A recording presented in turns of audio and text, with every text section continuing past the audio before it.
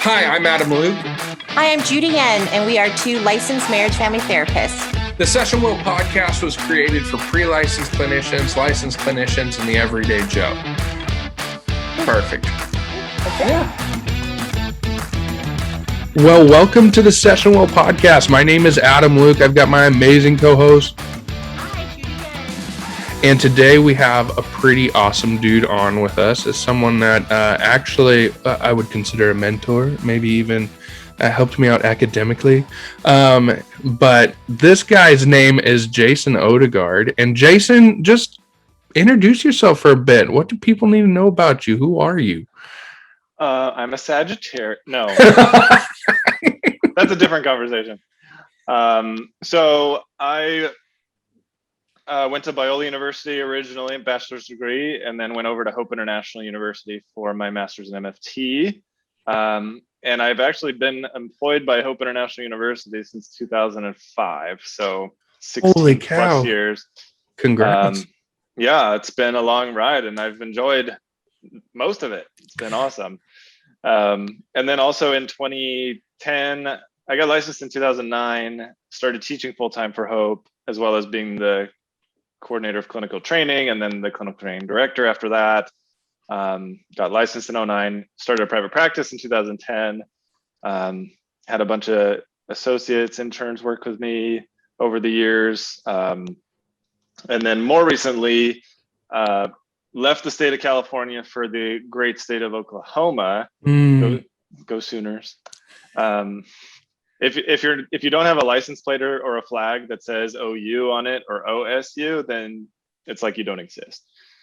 Just that's how they can tell the Californians are like Californian, right there. I know, right? Yeah, one of the first things I did when I got here was change my license plates to Oklahoma. Because you get the sideways glances. People are like, and you're like, no, it's all good. We're good people, I swear. They're like, he must be on his way to like New York or something. Yeah, exactly. Oh my gosh. Well, so you just brought up a little bit of, so you, it was essentially like a year ago you moved, right? I moved in August, so not quite. Yeah. So almost, but you go ahead and you have this like 15-year period of really building your career in Southern California, whether it's working with Hope, having a private practice going. It sounds like you were putting roots down in that community, and then you guys up and moved over a couple states. What was that like professionally? Because I mean, as a MFT, you spend so much time trying to network and build a name, and then you're up and you're moving.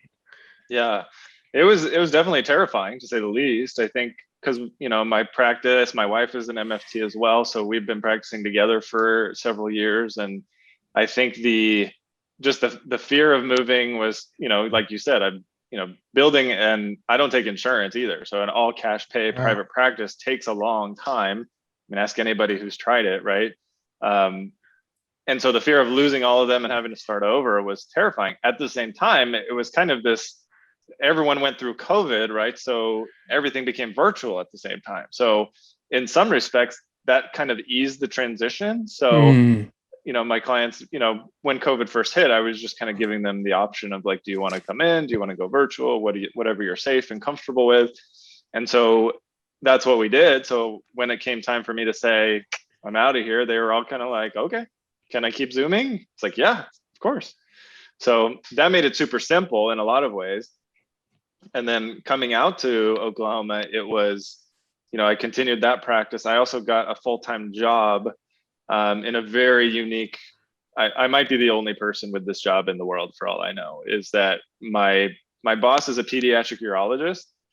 He specializes in two major rare birth defects, one called Spina Bifida, which is probably more commonly known. That's where your spinal cords, you have many nerves in your spine that if they get tethered and kind of wrapped around each other, it can cause a lot of nerve damage and just basic functioning issues, like particularly with, obviously like lower extremities. Some of these kids are in wheelchairs or walkers or some variation of that. Some of them are ambulatory and can walk fine. Generally speaking, over time, there's a slow deterioration.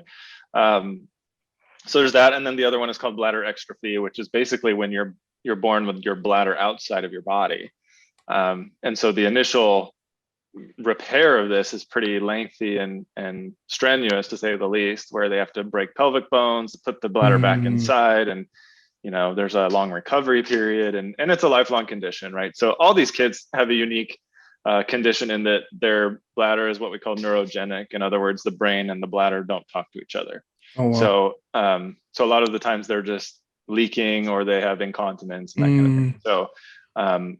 So the reason I work there is because my boss, who's amazing, he said, he was like, one of the big problems I see is being able to work with these kids, but the bigger problem is also the family, right? So he's looking at the psychosocial unit, which is really unique for a urologist to do. So he was like, I need a therapist to come in and work with these kids, work with the families, talk about self-esteem and growth and development. And the siblings have trauma, the kids themselves have trauma, the parents have trauma, and then we've got marital issues, we've got, all these different things. So he's basically like, here's what I need you to do. I was like, oh, that's simple, right? No, it's not at all.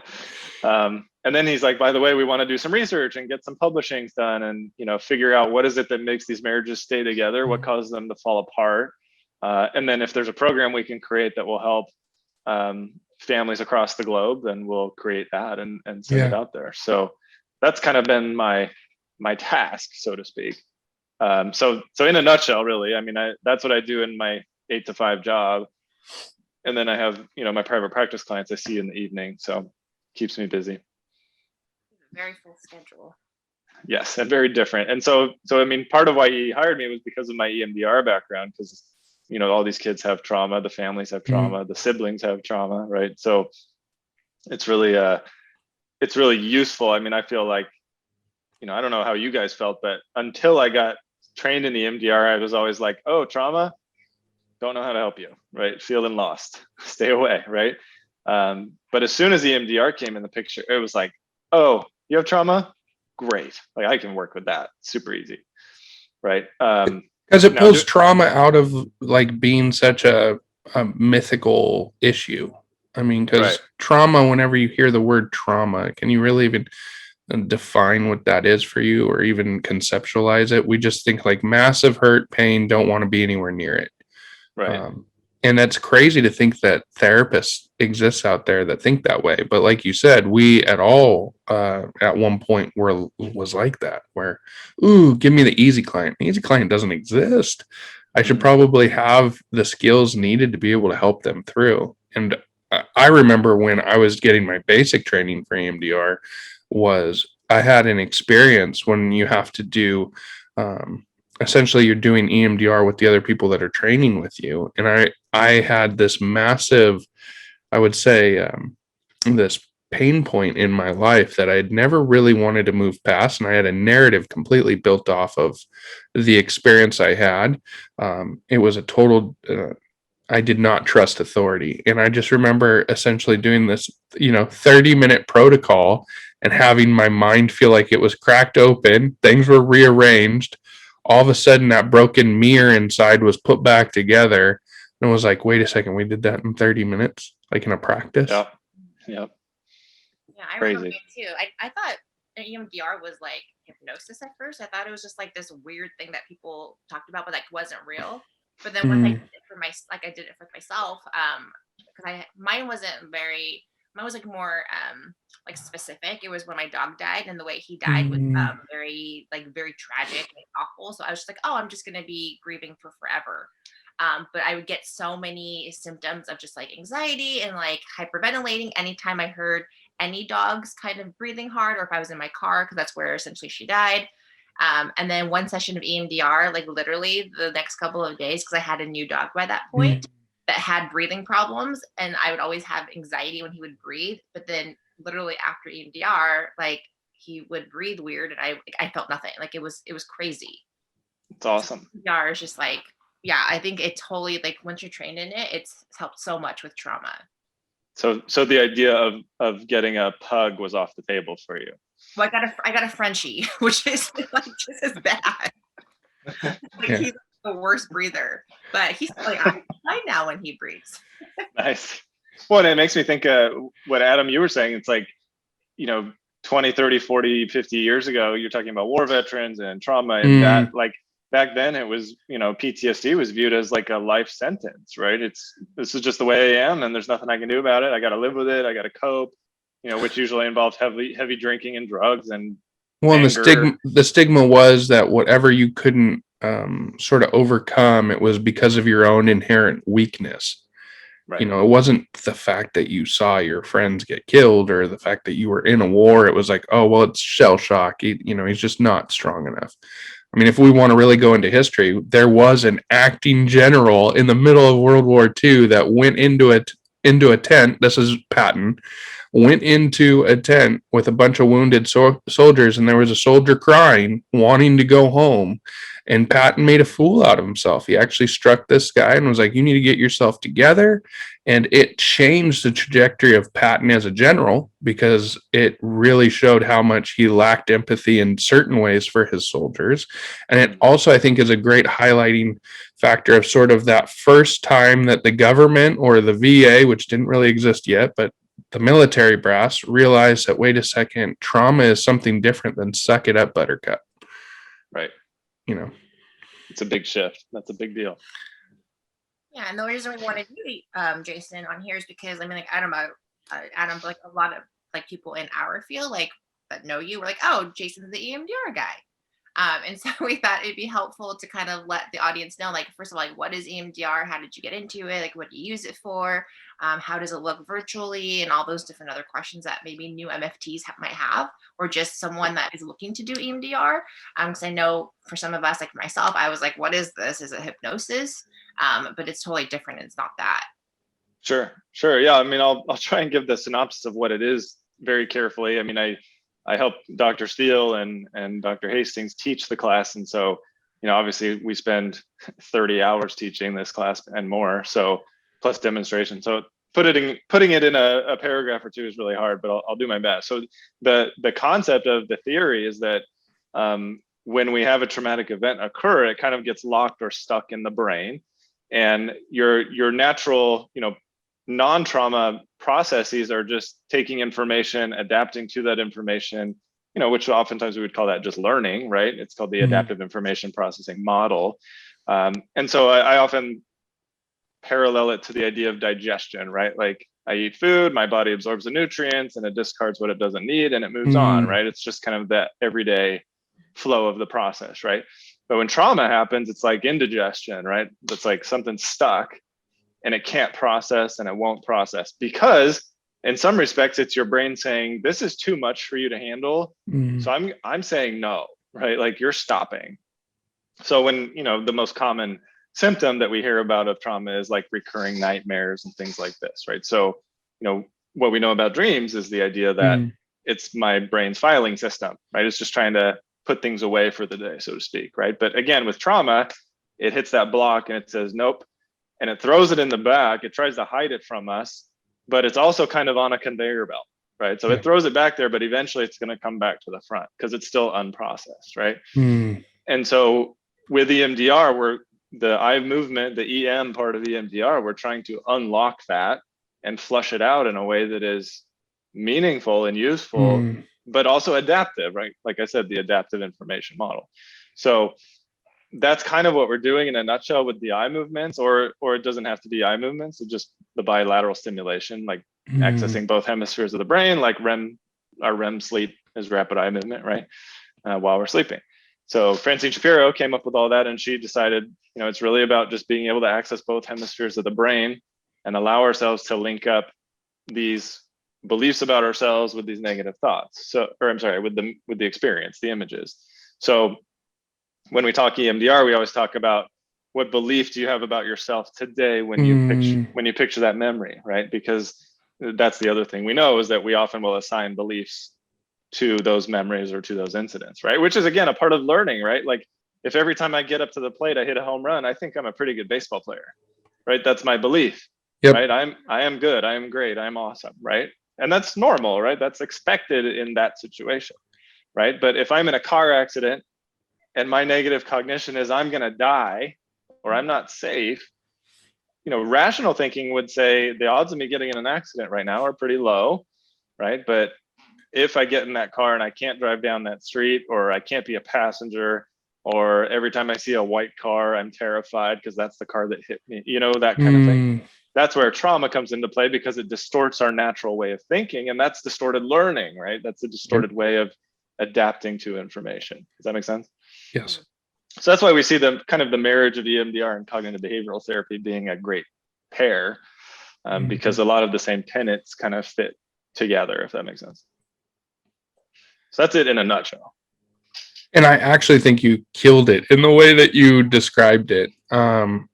Because like you said, it's unfair to try to even ask you to put together, hey, nail this out in 5 minutes, because it's something that has so many depths to it. I think a great book that really highlights it and opens people's minds up to the conceptualization of it is Getting Past Your Past, by Francine Shapiro, the one that started the EMDR movement. But when people realize that, through your daily life, you do aspects of EMDR all the time and you have no idea that you do it. Like if you sit there and your clients will talk about, well, sometimes I just have to go on a drive or I have to go on a run. And it's like, that's your body actually naturally moving to the EMDR process of using both hemispheres of the brain due to the fact that you have things that are passing by your eyes. Because for those who are tuning in, watching us on YouTube, and you might be unfamiliar with EMDR, the bilateral stimulus, probably the most famous way that you do this with EMDR is with your hands. And so as a therapist, I would ask you to track my hand as we're processing a trauma. And what happens is while you're focusing on that, it's almost like your brain unlocks, because all of that pressure inside of your mind, whether it was anxiety or fear or whatever around that traumatic event, all of a sudden your body has to start paying attention to something different. So your body's paying attention to this whether it's tactile or visual stimulation, and then all of a sudden you start to just process and you start to talk and you start walking through these events, because your brain's not focusing just on absolute control, like what Jason was saying, just trying to make sure we keep this in the back. And so it's a part of this process that it's fundamental when you experience it. When you experience it, that trauma doesn't have to be something that is the mile marker in which you guide your life by. And it can be something that you learn from, and that actually you can enrich your life in a different way, such as maybe I actually can have trusting relationships with people, or I am capable of overcoming this insurmountable obstacle. It's beyond powerful. I think it's life-changing. So then, Jason, when you have clients that come in, is it, just like asking for people that haven't tried EMDR, is there criteria that needs to be met before you're like, oh, do you want to do EMDR? Like, what is it about a client that makes you go, hey, like this is something that we can actually utilize? Sure. So I get both questions, right? So sometimes I just get people who say, I want therapy and I found your website, or so-and-so told me to call you, or whatever, right? So sometimes it's just generic, I'm looking for therapy. And then others are, I was referred to you, or I found you on the EMDR website, or, so it's specific to EMDR, right? So regardless of where it comes from, I appreciate the ones who say, I know what EMDR is, or I've heard about it and I'm here to do it. But I'm going to look at both of these types of people through the same lens, because, there's 8 phases of EMDR, and basically the first, I'll say 3, but really maybe 2 or 3 phases look the exact same, whether you're preparing for EMDR therapy or you're just doing talk therapy. Because phase 1 and 2 is like history and assessment, right? So which you're going to do with any client, right? Like, what's their background? What are their coping skills? Where are they coming from? Do they have trauma? What is it? That kind of thing. So you're looking at symptomologies and things like this. And then phase 3 being assessment, right? Or preparation rather, you're really trying to look at, are they qualified to do EMDR? So there are those definite no-nos that we don't do EMDR with. Somebody who's generally unstable, who's currently in high addiction usage and that kind of thing. Pregnant women, due to the just intensity of it, we wouldn't want to cause any sort of miscarriage or difficulty, right? And then like dissociation, are they high on the DES scale, right? We wouldn't want them to be dissociating in session, because, and there are ways to kind of get around that if they do. We talk about grounding techniques, and we prepare them with either the butterfly hug or just other containers that are really effective at helping them stay grounded, because it is an intense experience, right? That's why EMDR works so well and so quickly. Is it's fast, but in order for it to work, it's got to be intense, right? Mm-hmm. We can't have the fast without the fun, right? So Yeah. it's got to be challenging. But so sometimes your clients will dissociate after just one question, right? And sometimes they'll kind of come in and out of it just depending on their experience. So we need to prepare for that and make sure that they're ready to do it before we dive into the actual phase 4, which is desensitization. That's the actual work, so to speak. And so I think another word that you just brought up that I think a lot of therapists go is when you talk about disassociation. And I would say, as a therapist, my work in EMDR, personally and professionally, also made it where disassociation wasn't as scary. It doesn't have to be, again, this mystical word. It can actually mean something. My eye-opening experience was I disassociated during an EMDR session. Luckily, I was with Dr. Susan Hastings of Hope, so she was able to bring me back. But it was a crazy experience to have as a therapist and a person, because I sort of understood another depth to it of like what disassociation was. I always thought like, oh, people just turn off. It's actually a scary place when you get into it, because you feel yourself just sort of, I would say, detached from the reality of the moment. And it gave me additional insight, or the fact that then we can also realize that as therapists, when we're working with people, that disassociation is that it's an additional defense mechanism of our brain. Essentially, our brain the whole time is like, I don't want you to focus on this. And we're like, no, I want to. And our brain's like, okay, then I'm going to shut off this. Right.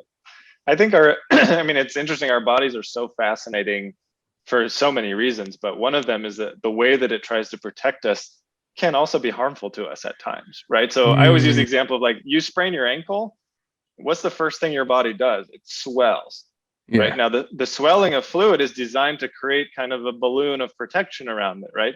But what's the first thing we do? We go, uh-oh, I'm swelling, I need ice, I need to elevate, right? Because we want to get rid of the swelling, right? So it's got these mechanisms that are built in to help, but in some respects they hurt us, right? Dissociation is the same thing, right? It's designed to help us protect and get out of reality for that period of time. But once you dissociate, it's kind of hard to prevent it from happening again, right? So it can be useful, but it also can be preventative in helping us heal the proper way, right? Absolutely. I think the way that you just described that, I go back to the survive versus thrive, because our body is looking at how do we survive. It's not necessarily looking at how do we thrive, how do we grow in that moment. It just wants to keep us alive. Yes. And that works for a period of time until it doesn't, until I don't have growth. I don't have the ability to take on challenges that pop into my life. Yeah. What would you tell the client that wants to do EMDR, but they're so afraid of that intense experience that you're talking about, like intense and fast and that kind of stuff? So it's like they don't. Is it reliving their trauma? Like, how would you kind of describe that to someone that was kind of fearful of the process but really wanted to do it? Before it's sometimes I try to convince them and sometimes I don't. I think it depends on the case. But sometimes I'll say EMDR is not right for everyone, right? Like, as much as, we're all believers in it and we love it and we think it's amazing and wonderful because we practice on ourselves and other people, right? But to some who have that fear, they've got to come to that conclusion themselves. I can give all the education in the world, but sometimes it's still just that, like, yeah, it just sounds scary and weird. And I educate my clients a ton. So I'll say, hey, there's this trauma therapy that I do that I have been doing for a while that might be useful to you. Go look it up. And I'll send them to emdr.com. I'll send them to YouTube, because there's some fake videos on YouTube. They can see what is it, because reading about you're going to wave your fingers around and I'm going to think about something distress. What is that, right? Judy, like you said, is this hypnosis? Like, what's going on here? He's a witch doctor. Right. So I always tell my clients it might sound a little like voodoo, but it's not. It's it's the duality of presence, right? You're fully present here, but you're also thinking about something from the past that you're bringing into the present, right? So, and sometimes I feel like maybe it's kind of a paradoxical intervention where I say, like, this will be great for you and it'd be really helpful to you because you're stuck. If you're really anti it, that's fine. We'll just kind of leave it there. and then we do more and more therapy, and weeks can go by and months can go by and nothing's changing. And then I say, so remember that thing a couple months ago? What do you think? And then they go, okay, fine, I'll try it. Right. And then it works. So in some respects, they need to come to that conclusion. On others, I'll just do more psychoeducation and just try to say, like, it's going to be hard and it's challenging, but I'm also doing it with you. You're fully present. You're not doing this by yourself. It is all about the healing process. We're going to take all of your trauma and, put it in a time capsule and fast forward you to the end. But like I said, you got to feel it kind of to get to the other side. Yeah. But no matter what, it's kind of like going through a tunnel, right? Like I can hit the accelerator to the floor and get to the other side quickly and have all that experience of speed, or I can limp along really slowly, and that might feel more comfortable, but man, this tunnel is dark and scary no matter what. Yep. So people are like, well, yeah, let's get this over with. So they want to do it that way. And so have you noticed generally how long, like how many sessions? I get that question a lot too. It's like, well, how many sessions is this going to take for me to be completely healed? And I'm always like, well, I don't know. It doesn't work that way. But have you like noticed for yourself just working with clients, like, is there a general amount of sessions? Well, one thing I tell clients is I won't say it'll take 10 sessions or whatever, which I think most people, we get those probably not too often, but we get those, well, so how many sessions do you think I'll need before I'm over my anxiety or whatever? And it's like, yeah, no, not going to answer that.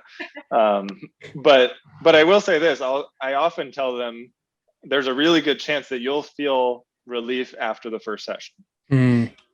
So your 10 might be a 9 when you're done, or it might be a 5, right? But I'll take a 5, I'll take a 9, because think about that. If you felt 10% better after this trauma you've maybe suffered with potentially for years, 10% is a pretty big chunk, right? That's pretty noticeable, right? And so, to get you from 10 down to 0, I mean, that might take 2 times, that may take 20 times. I don't know, because your brain's the one doing the healing, not me.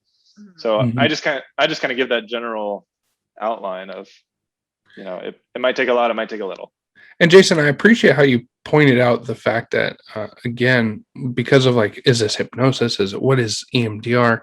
Essentially, you just grounded it in the fact that during this whole time that we're utilizing EMDR, the client and their brain are in control.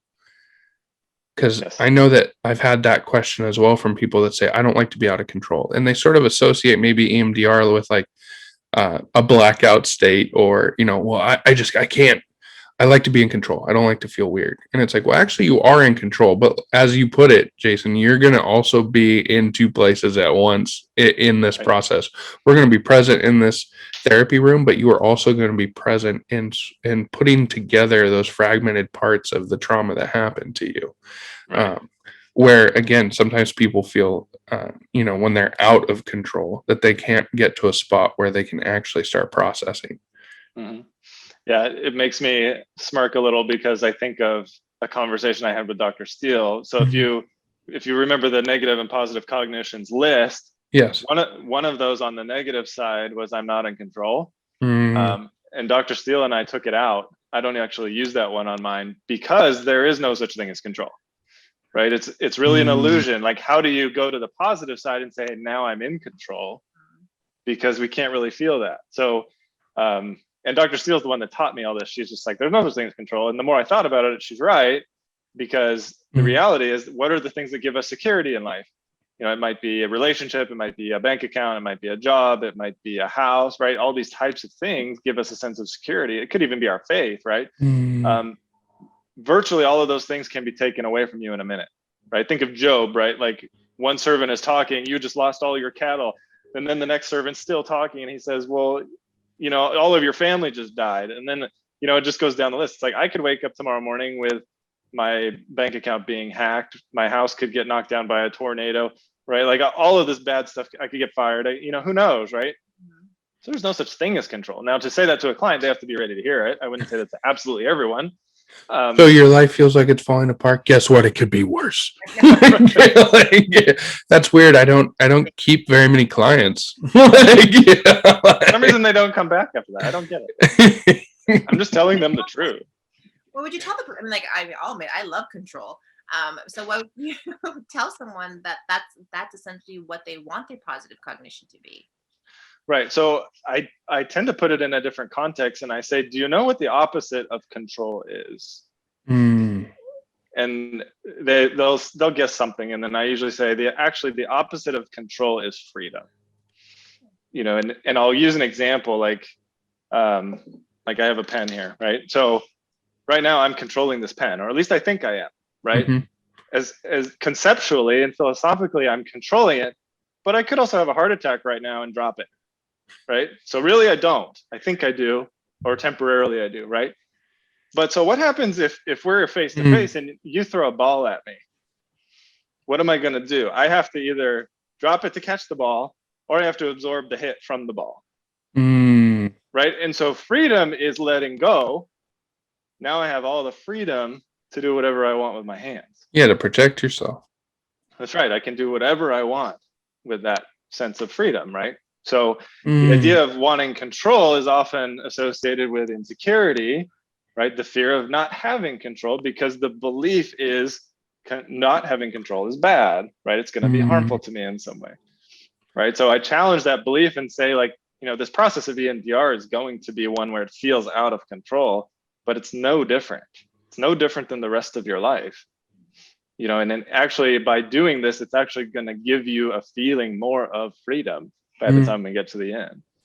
So I try to sell it kind of in that way, where it's like, you know, this is actually a good thing for you to not be so concerned about control, because what is it? I don't have it. I could drop dead right now of an aneurysm, right? Like, you know, the only reason my heart is beating and I'm talking to you is because God decides that I'm alive and I should be.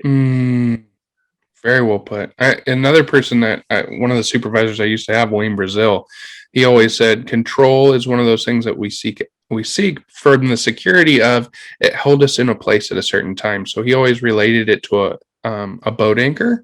He says at times life is a struggle. There's a storm. What do? We go somewhere. We anchor ourselves. We moor ourselves. We have safety in that. But then we will not have any more growth from that point unless we let go of the anchor. And so we have a lot of people who are hanging on to anchors that at one point that defense mechanism worked. Being here worked. It was safe. But if I ever want the freedom of being able to explore other aspects of my life, I have to unhook myself from the anchor. I really like that. Yeah, I like that too. That's great. Yeah, go Wayne Brazil. Good old Wayne. Yes. No, the guy's like, he was my Gandalf. Like, I don't know if he probably doesn't know who he is, so he's not offended. Anyways, so I think his MFT license number is like 6. Exactly. He's 007. Wayne, if you're listening, I love you. Yes. Oh my goodness. Well, so how have you been able to do EMDR being in a different state? Yeah, so that was kind of fun, trying to figure that out, because EMDR virtually, I had never heard of it before the pandemic, right? So my biggest struggle, on top of moving states, it was kind of like I'm starting over with a new job, a new income, new area. So I need my private practice to keep going, and it's got to remain virtual. And you know, half of my clients are EMDR, so if they all go, well, I'm going to go find someone else in person, then that's kind of tough, right? So basically, I just kind of winged it, and knowing what I know about EMDR, about bilateral stimulation, and you know, I'm always a big fan of the eye movements. I mean, I know some people use light bars and hand buzzers and earphone, you know, stuff like that. I've always just been a OG, like just use your fingers kind of guy.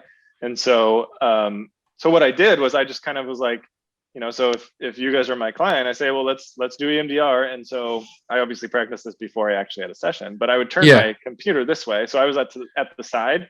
Okay. So that they kind of like reality, where it's like I'm off to the side, you know. So they could see my face, and then I would do bring up that image, pair it with your negative cognition, notice reflect your body. And then I would move out of the way like this, and then I would just go like this. And this is all I do. And then as soon as I stop, I say, take a deep breath and blank it out. And then I come back in the picture, they tell me what it is, I write it down, and then I just say, just go with that. And then I do the same thing. You know, so the only downside is if you have clients who only use a phone, You know, if they're doing like Zoom sideways or whatever, like that screen is obviously way too small. So that's the only, I haven't run into any issues. I've just been, hey, I know we usually meet on your phone, so you'll need to borrow a laptop or an iPad or whatever. So so far that's worked out 100% of the time. And results wise, I haven't seen any change. Like I've seen, you know, equal resolve of issues. It's been great. And like you said, when we first kicked off this podcast, that sometimes people were so hooked into the thing of like virtual therapy will never work. I laugh because I remember being surrounded by therapists having these discussions on will virtual therapy ever take off? And people were so hell bent on virtual therapy isn't therapy, it's not going to work. And then the whole world shuts down and you see all the naysayers are like, I'm available for virtual therapy. Why? Because we got to eat too. So we got to find a way to reach our client. Right. But then again, especially with EMDR, people saying, oh no, this is so special. It has such a specialty to it that there's no way you could do it virtually. Yet, you know, Jason, you're not the only person I know of who's using EMDR over virtual platforms and is having success with it and isn't noticing that dire fallback of, oh, it's losing its effectiveness. Yeah, it's a shocker, to be honest. I really prefer the in-person and the face-to-face contact, right? And you know, there's just those little things that you lose, right? Like just the minor delay over Zoom or whatever your platform is, like Wi-Fi issues, you know, just not being able to see the whole person, right? You know, that I don't know, that connection, I guess, is somewhat diminished, but I think this is a fantastic alternative. I did other research on EMDR virtually that I ended up not using, but I can share it with other people to kind of show. So like Judy, you said you're mostly a light bar person or a buzzer person? Yeah, I'm usually light bar. You're anti your arm. Or tactile. Okay. You're anti your arm. Yeah. Well, and I know like, yeah, Susan Hastings is the same way. So Susan, I love you, but I'm gonna poke fun at you. So here's an option I'll share with you guys for those that don't want to do the fingers, right? So let me share my screen with you real quick. Let's see. Can you see that? Yes, I can. The blue dots. Okay, so I'll show you so over here in general, this is a thing called remoteemdr.com. Okay. And the E is shared on remote and EMDR. Do you see my this toolbar up here or no? Yes. Okay, so yeah, you see the website remoteemdr.com. And then generally you can set the speed. So I'll just hit play and then just kind of walk through it. So there's your speed. Oh, wow. So I can make it go faster and slower just by dragging. There's faster. Don't have a headache. And then you can go slower, right? So I'll just keep it in the middle as I kind of scroll through. So you can set duration. Do I want it to go for 30 seconds, 15 seconds? Or you can have it on repeat. Let's see. I think this is totally like the light bar. Right. So you can change even the little blue. Oh. You can have it go top to bottom. Oh. You can have it go diagonal, I think. So so some therapists that aren't too clued in on this, where you know normally we go left to right just horizontally as much as possible, but Francine toward the end started doing more diagonal stuff, and she didn't notice that it was I think during brain scans and stuff, she didn't really come up with it's better because of the way it accesses the hemispheres, but she did it more out of attention, right? She noticed, okay, if we're doing it this way, then the next time I'm going to do it that way, right? So this is a way to kind of mix that up.